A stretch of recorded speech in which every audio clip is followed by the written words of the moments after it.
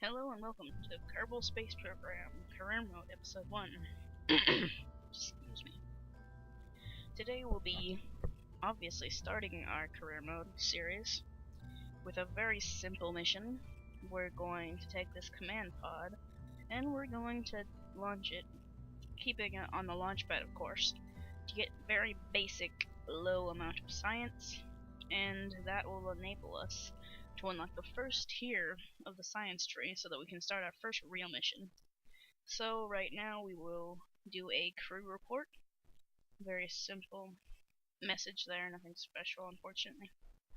And then we will go EVA. And we will take a surface sample and an EVA report. And we will hop back in our crew cabin and we will recover the vessel. We've got 12 science for that mission.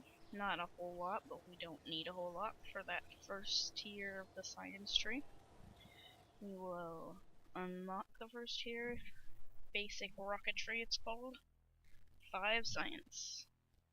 Not enough science to get anything else, but we'll take a look at them nonetheless. Got stability, survivability, and general rocketry. I believe we'll go for the top two first, so we can get the larger payloads up into the higher altitudes, orbits, and whatnot. I believe general rocketry does unlock the LV-45, which is a still heavy lifting but more efficient, smaller engine, which will hopefully allow us to go a little farther. So here we're building our first stage. Just simple, one fuel tank, one engine, to hopefully propel us into either an orbit or a suborbital trajectory. I know this will probably go pretty high. Well, I say probably. I definitely know it'll go pretty high because this is future me looking at past me doing all this. Now we'll put some SRBs on there. The standard SRBs and the small Globe 1 SRBs provided by KW Rocketry. I quite like the mod, one of the mods I've got installed for this series. I believe the full list of mods includes MechJeb, KW Rocketry, B9 Aerospace. Let's see, B9 Aerospace.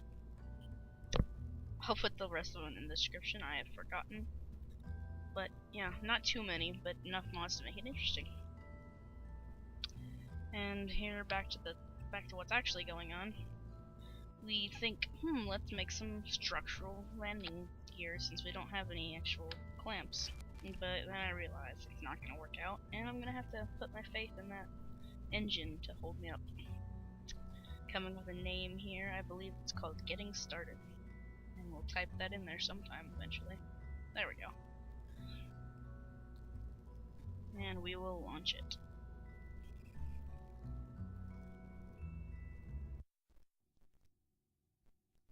Getting started. There's me tabbing out a bit, messing about with things and such. And we launch, slowly burning away that solid fuel in those canisters. We decide that it's a bit loud. Of course, I've actually turned the volume down post-editing, but nevertheless, we turn it down a bit. It does help in the end, make it a little bit quieter. Nice subtle hum of the engine in the background now. Looks like the thinner Globe SRBs are going to run out of fuel slightly before the rest of them, not a problem. There those go out. Got a couple seconds left before those other ones don't overheat, hopefully. Excuse me. Now we will turn on our liquid fuel engine, full throttle. Keep this heavy payload going upward.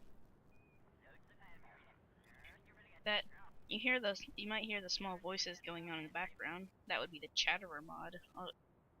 It'll show that a little bit later in the episode.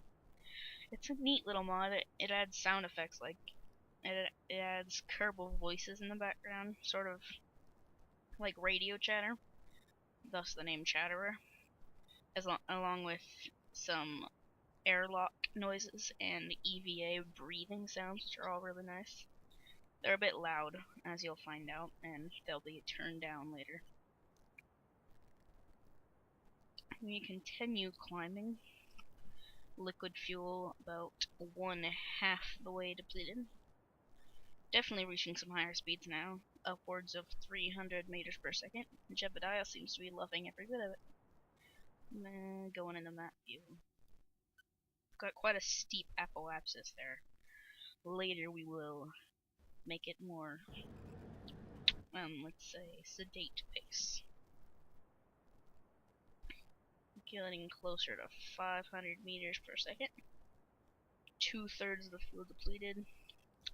Almost out of the technical surface area at 36,000 meters.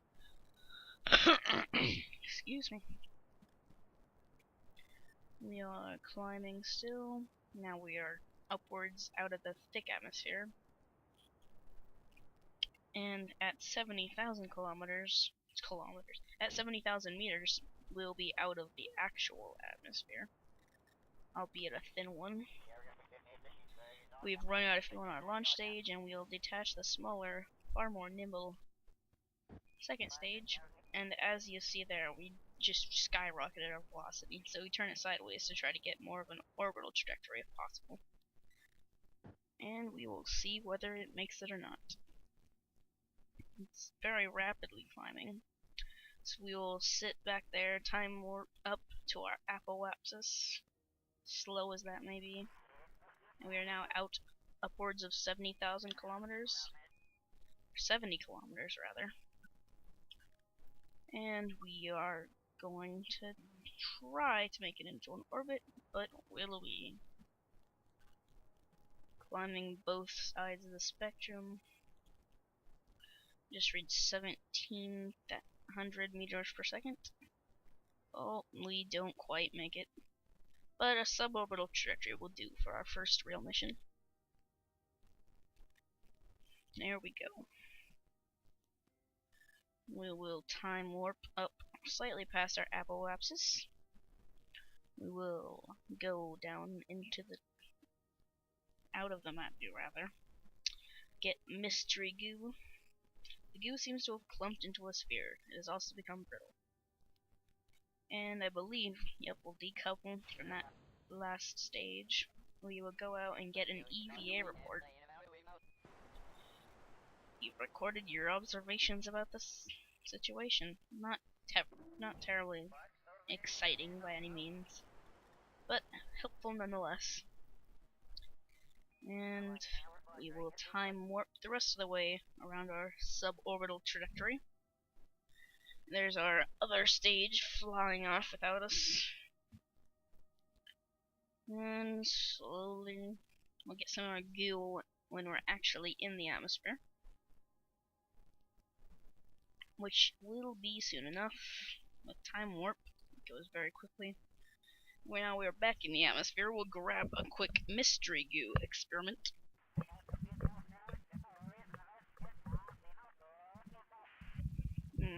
Goo seems to be getting very cold now.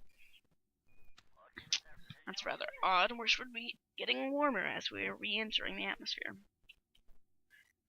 Anyways, we are going downward. We should, yep, there we go. We're time warping, making it go a little faster.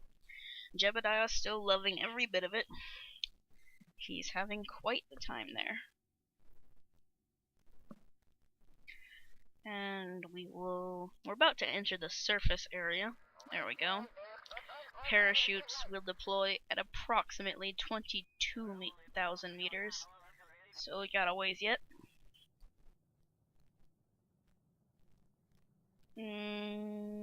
There's me messing with the frame again, trying to get it to look nicer. Obviously still recording this as a work in progress, but looks a lot better than last time, so that's an improvement. Messing with the frame yet again. Jebediah seems slightly less happy, but brave soldier nonetheless. And we will burn through the atmosphere at some negligible speed. just be reduced to merely hundreds of meters per second. I say merely, that's actually quite fast. But we should be slowing our horizontal velocity a lot quicker than we are slowing our vertical velocity, and we will hop down onto the surface. Hopefully we land on land. I believe we do. There's our silhouette against the Milky Way, or whatever it's called in the Kerbal universe. Beautiful sight there. The stars light up the other side of the ship, leaving a silhouette for us to view. Jebediah seems quite happy again. I think he enjoys watching the stars.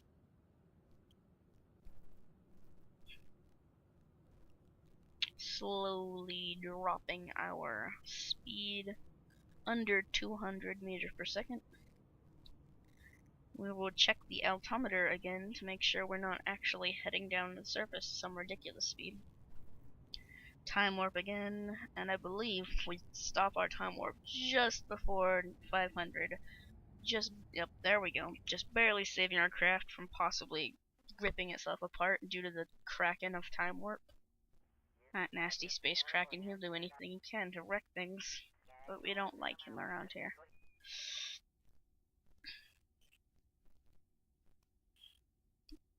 And there we go. Up to 10 meters in the air, and we'll slowly, gently touch the ground. I believe we will get out, and we will get a surface sample from the grasslands of wherever we are. We will jump off and take a surface sample from Kerbal Highlands.